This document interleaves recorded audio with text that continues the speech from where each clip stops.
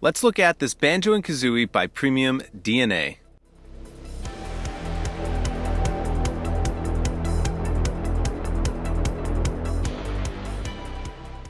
And welcome back, folks, and I'm excited to check out this Banjo and Kazooie 2-pack by Premium DNA. And you know, Banjo and Kazooie was one of my favorite 64 games, and there was Super Mario 64, Star Fox, one of my favorites, wish there was more figures, but I remember playing Diddy Kong Racing, and there was always my go-to character, and that was Banjo, until Banjo and Kazooie got their own game. So that's why I'm really excited about this. Now, I did hold off on purchasing this initially because it was really expensive. This thing was like 75 bucks, but you can see it's pretty big, and the box art's pretty cool. Got that golden puzzle piece on the back, Banjo and Kazooie on top, picture of Banjo on one side and Kazooie on the other. Now this is just a giant slipcover, and you can see on the inside all of the goodies that we get inside of this package. So really excited to crack into it. And the box is a little different. Banjo and Kazooie on one side, and then you get a different pose of the characters on the other side. And then you get to see everything that comes in this pack. So there are some cool accessories. There's definitely things I wish were in here, and we'll talk about that later. But for now, let's go ahead and crack this open. Okay, so this is everything out of the package. You can see we get some accessories, some extra body parts to swap. So really cool stuff, pretty excited about it. You even get some legs for Kazooie, we'll take a look at those. Extra facial expression, some hands, and then you do get a few accessories. So pretty excited to dig into this, but first, let's look at my favorite, Banjo. So taking a look at Banjo and Kazooie, this is just how they come out of the box. We're going to remove Kazooie in a second, and then we'll go over that later. But Kazooie does come on the backpack and with this horn in his mouth, her mouth, not sure. But first initial thoughts of this Banjo, I absolutely adore it. It looks fantastic. This is exactly how I remember a lot of the artwork on the Nintendo 64 cartridge looking like. And there was a flocked version of this, but I didn't want the flocked version at all.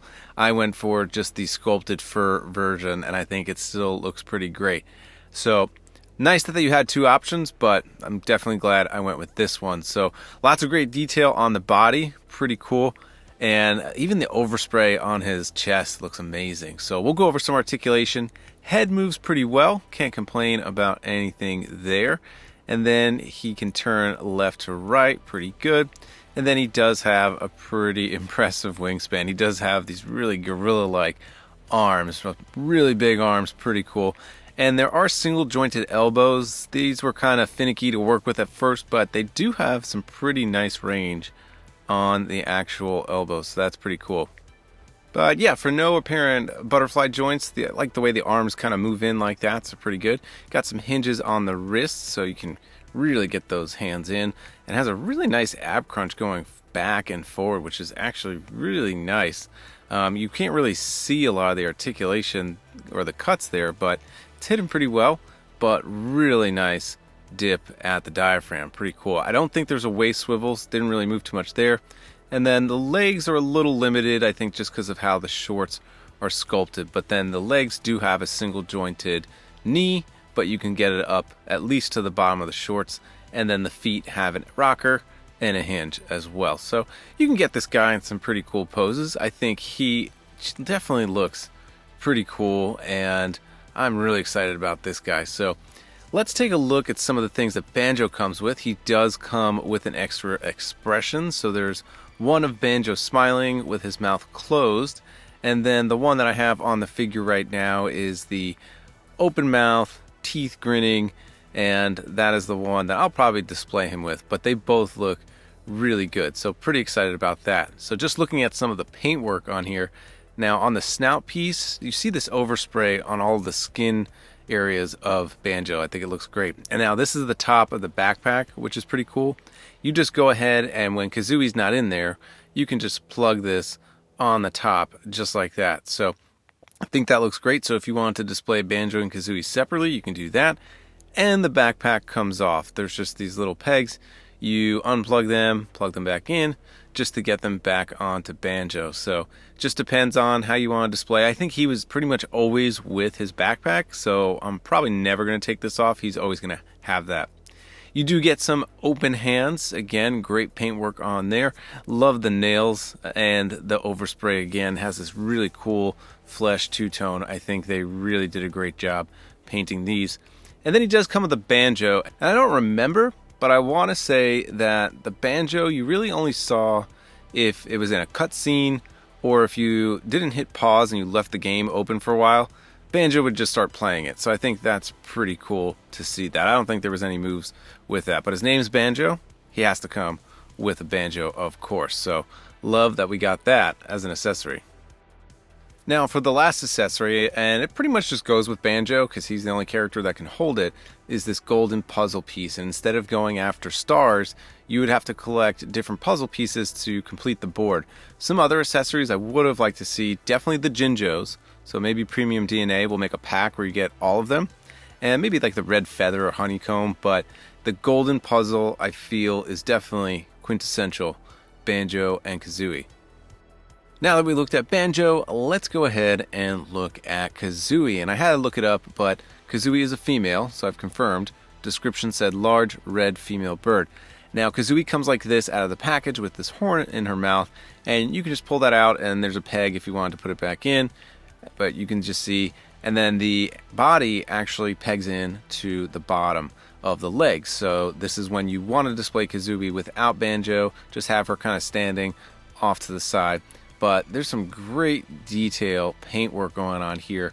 The overspray of the yellow on the feathers, on the chest, and then also on the wings. I really love how they did that. I think it looks really good. Even on the top piece of her head, I think that yellow really looks great. So whatever they did there, love it.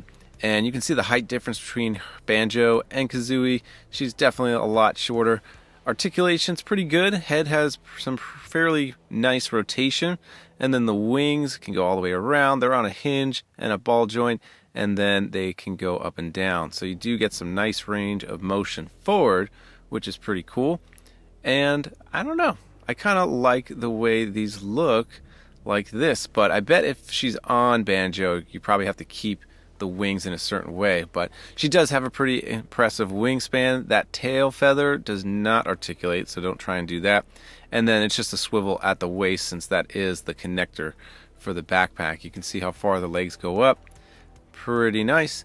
And you can go ahead and have her stand if you wanted to. This is where kind of the ankle rocker on the feet was a little tricky, but you can get her into some pretty nice poses. So I really like the way that they actually did this. I think it came out pretty good.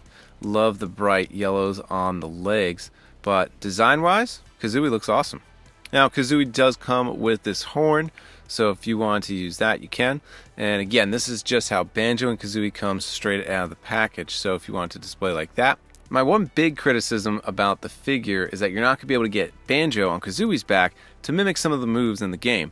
But my really big problem with this figure set is that it's just too big. It's too big, and this is why I didn't purchase it in the first place.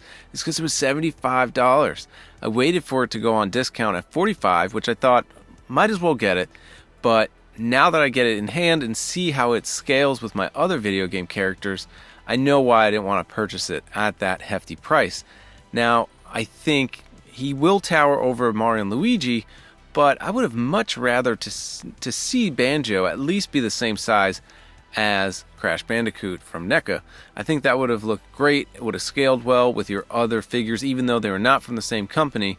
And, you know, even looking at Ryu from Jada Toy Street Fighter, he still towers over a 6-inch figure. So it's a little crazy, the scale's a little big, but I'm not going to let that stop me from enjoying this figure because I do have fond memories of playing this video game. So, did you pick this up at full price, or like me, did you wait for it to go on sale? I think $45 was a great price for this.